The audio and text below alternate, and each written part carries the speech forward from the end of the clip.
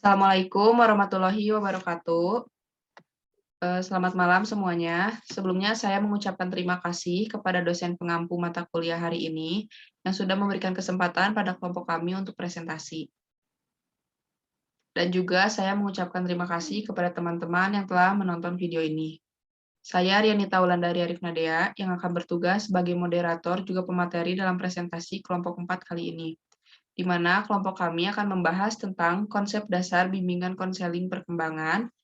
Namun, tentunya saya tidak sendiri, karena saya akan ditemani oleh rekan saya, yaitu Teh Lita Rianti, juga Teh Karina Putri Oktora yang akan menyampaikan materinya. Namun sayangnya di sini rekan kami Teh Anissa Zakiatul Haq tidak bisa mengikuti presentasi pada malam kali ini dikarenakan sedang cuti kuliah. Baik, tidak usah lama-lama, kita mulai saja presentasinya. Kepada Teh Lita, saya persilahkan. Ya, terima kasih kepada Teh Dea selaku moderator. Langsung saja untuk materi yang pertama akan saya paparkan. Sebelumnya sudah kita ketahui ya bahwa tugas perkembangan itu adalah suatu tugas yang muncul pada saat atau sekitar suatu periode tertentu gitu ya dari kehidupan individu yang jika berhasil dalam pencapaiannya akan menimbulkan kebahagiaan dan membawa keberhasilan dalam melaksanakan tugas-tugas berikutnya. Akan tetapi jika gagal, akan mengalami kesulitan dalam menghadapi tugas-tugas berikutnya. Nah, atas dasar itulah, maka implementasi bimbingan dan konseling di sekolah diorientasikan kepada upaya memfasilitasi perkembangan potensi individu. Nah, di sini menurut Muro dan Kotman, tahun 1995 mengemukakan bahwa bimbingan dan konseling perkembangan ini adalah program bimbingan dan konseling yang mengandung prinsip-prinsip. Nah, di sini prinsip-prinsip apa saja Kak itu? Boleh di next.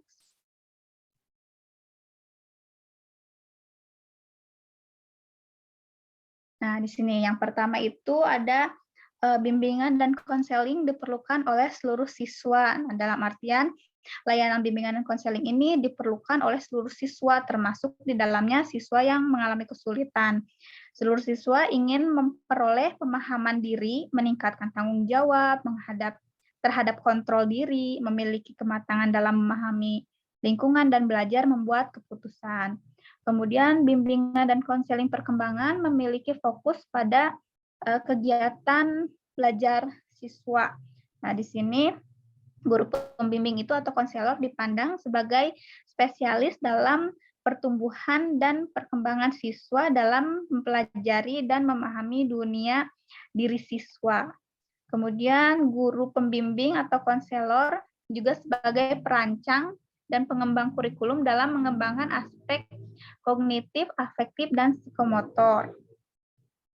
Nah, di sini secara operasional, konselor itu merupakan anggota tim dari suatu tim yang terdiri dari orang tua, guru, konselor, pengelola, dan spesialis lainnya. Tugas mereka ini membantu siswa untuk belajar. Siswa yang memiliki kesulitan hendaknya belajar, dan siswa yang lambat belajar hendaknya dibantu untuk belajar sebanyak mungkin, sehingga semua siswa terlibat dalam proses pembelajaran. Nah, di sini tugas sekolah itu kan adalah penyelenggara pembelajaran, sedangkan tugas bimbingan dan konseling perkembangan adalah membantu siswa untuk belajar. Kemudian yang keempat, guru pembimbing atau konselor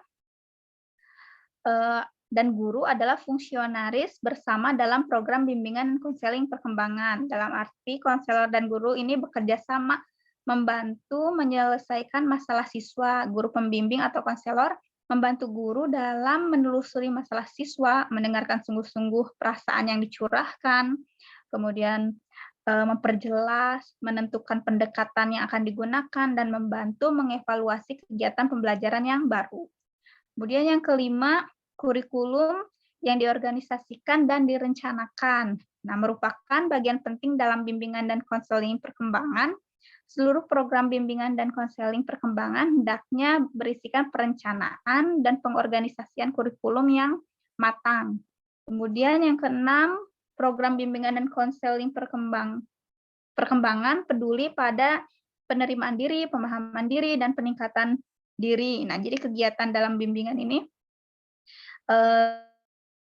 bimbingan dan konseling perkembangan dirancang untuk membantu siswa untuk mengetahui lebih banyak tentang dirinya, menerima dirinya, serta memahami kekuatan dan kelemahan pada dirinya.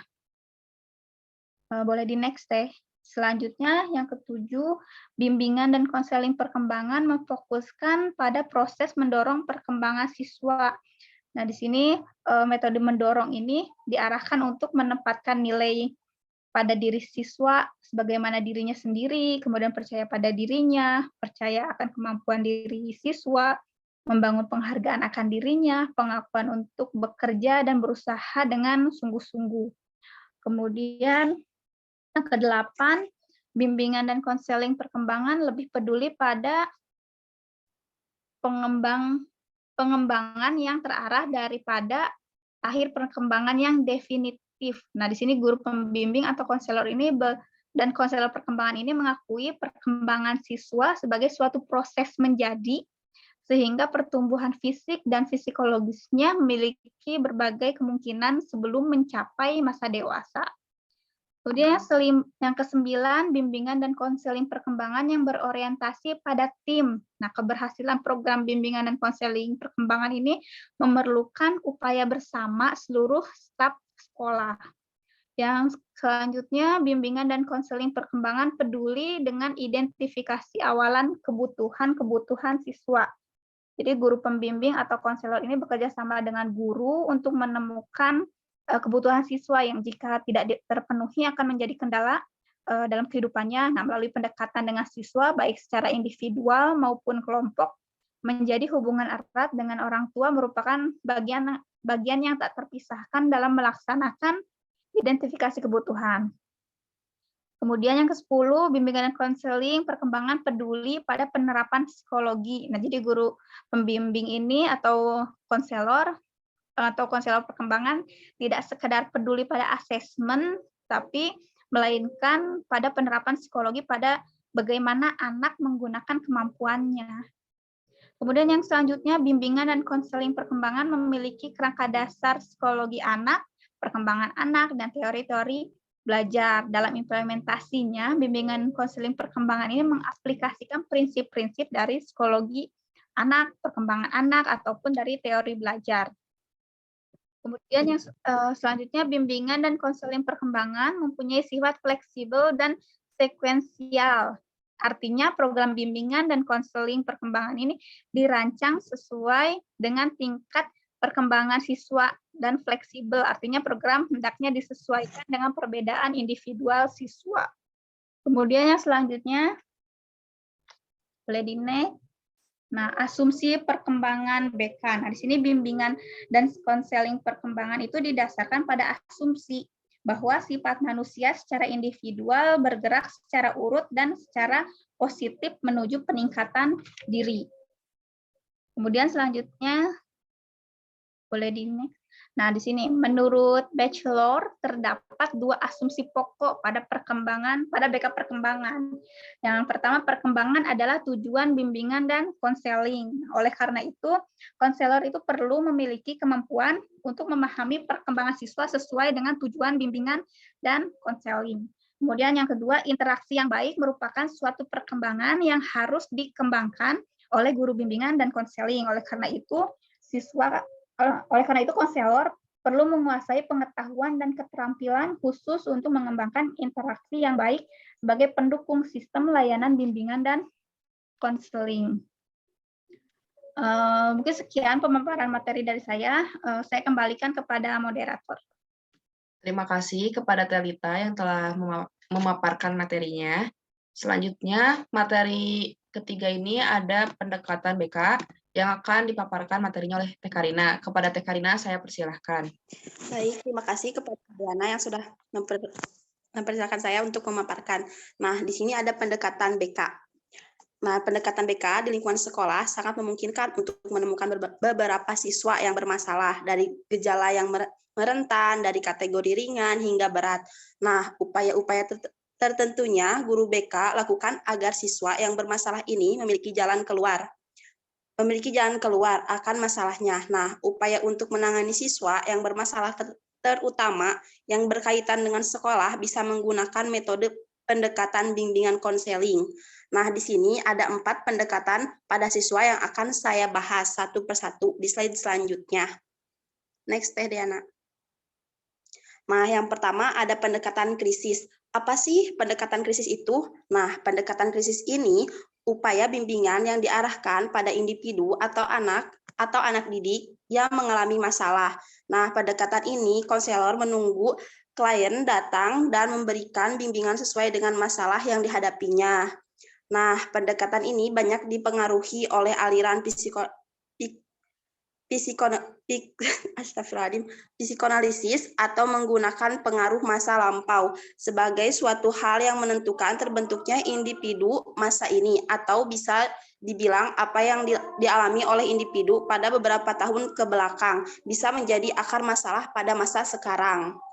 Nah, yang kedua ada pendekatan remedial. Nah, pendekatan ini tentunya berbeda ya dengan pendekatan sebelumnya. Pendekatan ini diarahkan pada individu yang kesulitan sesuai dengan namanya. Pendekatan remedial berarti mengulang sesuatu yang sudah dilakukan dengan upaya tertentu untuk memperbaiki kesalahan sebelumnya yang membuat ia gagal. Nah, di pendekatan ini konselor fokus pada kelemahan individu.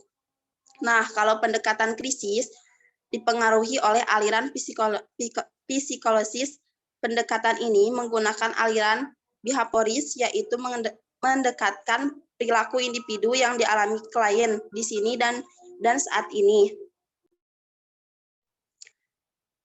Nah, yang ketiga ada pendekatan preventif. Pendekatan ini diarahkan untuk mengantisipasi masalah umum yang dihadapi oleh individu tersebut dan mencoba agar masalah tersebut tidak terjadi pada individu itu. Konselor berupaya mengajarkan agar mencegah masalah tersebut. Nah, pendekatan ini tidak memiliki teori khusus. Bisa dikatakan pendekatan ini memiliki banyak teknik terapi tetapi minim konsep. Nah, yang terakhir ada pendekatan perkembangan. Pada pendekatan perkembangan ini yang paling berkembang pada saat ini, pendekatan ini memiliki visi edukatif, pengembangan, dan outreach.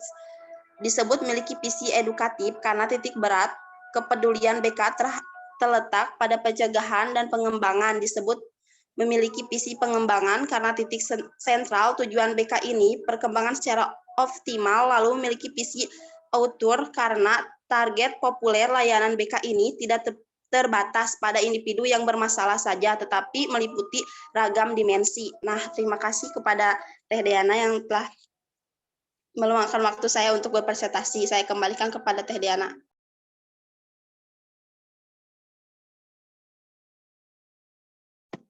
Baik, terima kasih kepada Teh Karina yang telah memaparkan materinya.